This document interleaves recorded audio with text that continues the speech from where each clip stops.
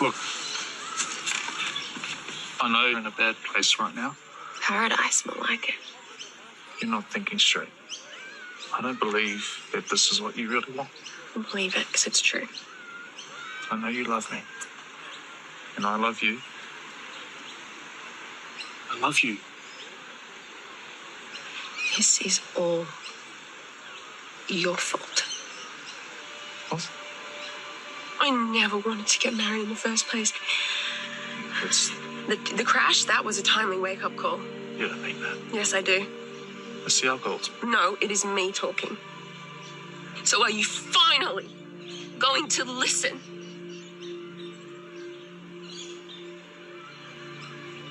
Fine. But I can't watch you do this to yourself.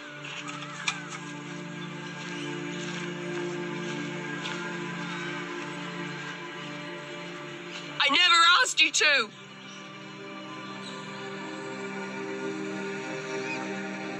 We are Si and Sophie. This is Coastal News, a home and away podcast, your weekly episode companion podcast for your favourite Aussie soap. Have you ever done the old reply all or sent the email to the person you're slagging off? Anybody? Yes. The old recall there. Yeah, I've done the old send. I've sent a text message to somebody that was about them before. This was years Had ago. to worm out of it. Mm-hmm. Yeah, you know, when we years ago when we didn't, it was harder to text. You started the text message and then you added the person to the text, didn't you? Years ago, and I wrote this text message about how they were annoying me, and then when it said add the person because they're on my mind, I added them and sent it to them, and then I realised about 10 minutes later, and I was like, oh god. The blood drains from your face. You're like, oh shit. Yeah. Well, you're not on your own. Al's with you in that club. Yeah. He's done a boob. We've not found out John's response yet. I'm sure it's coming. Or his reaction, should I say. Either that or he's gone underground in shame, whatever it said. John's a prick. Love Mr. Stewart. XOXO. Macca's back, everybody. He's with us. Macca, how you doing? I'll say I'm fine because no one's interested in it. So I'm fine, yeah. We are. Yeah, we've been catching up there. Major life events here for Macca since he's last been on the pod. But apart from moving house, becoming a granddad, and Everton still being awful, nothing's changed in my life. I think we've been lucky to nail you down, haven't we? You've had that much going on. Oh Have yeah. you ever done the old reply all, or any mishaps on the old email? You've been good. I've not done that, but I've done what Sophie done with the old style text, and I've put someone's a. Can you say prick? You probably delete it out. Someone's a prick, and I'm mate. And then I got to reply, was that for someone else, mate? And then lucky, I joked out about it by saying, no, it was for you. And he put, haha. So it made it look like it was a joke, and it wasn't, but it was in the end. Nice save, I like it. I'd have been like, no, I know another Dave. Right, home and away. Do you want your headlines, guys? Yeah, go on then. Thanks.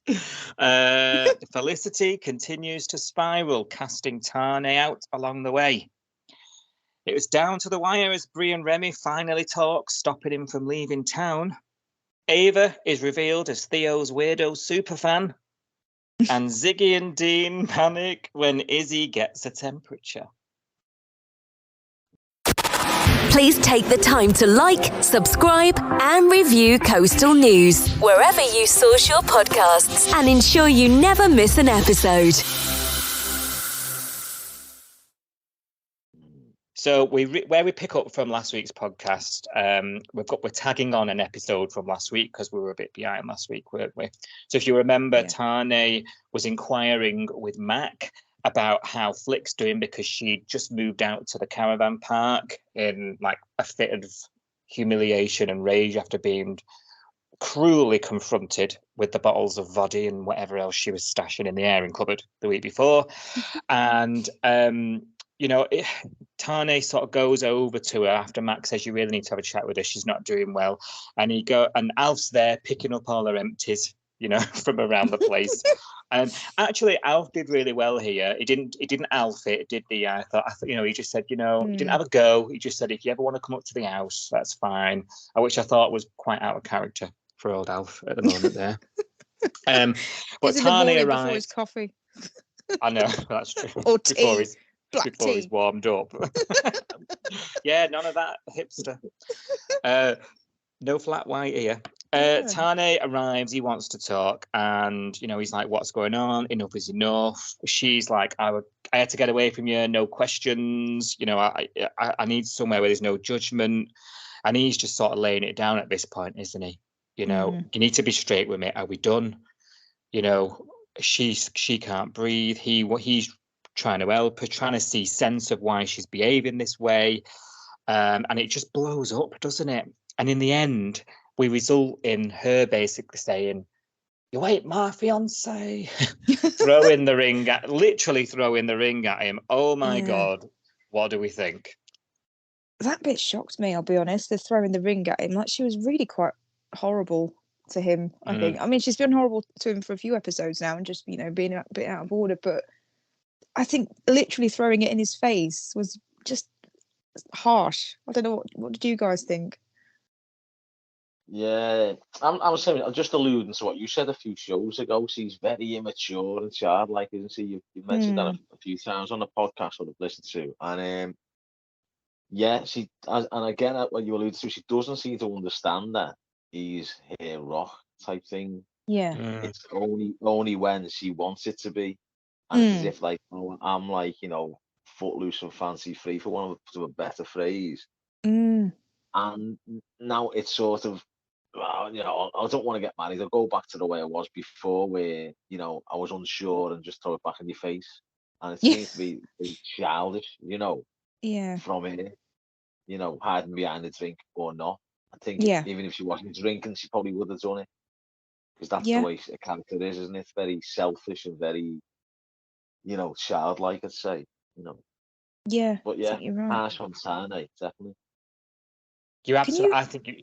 Go on. I was going to say, can you figure out why she's doing this? Because I can't quite work out why she's so angry with Tane.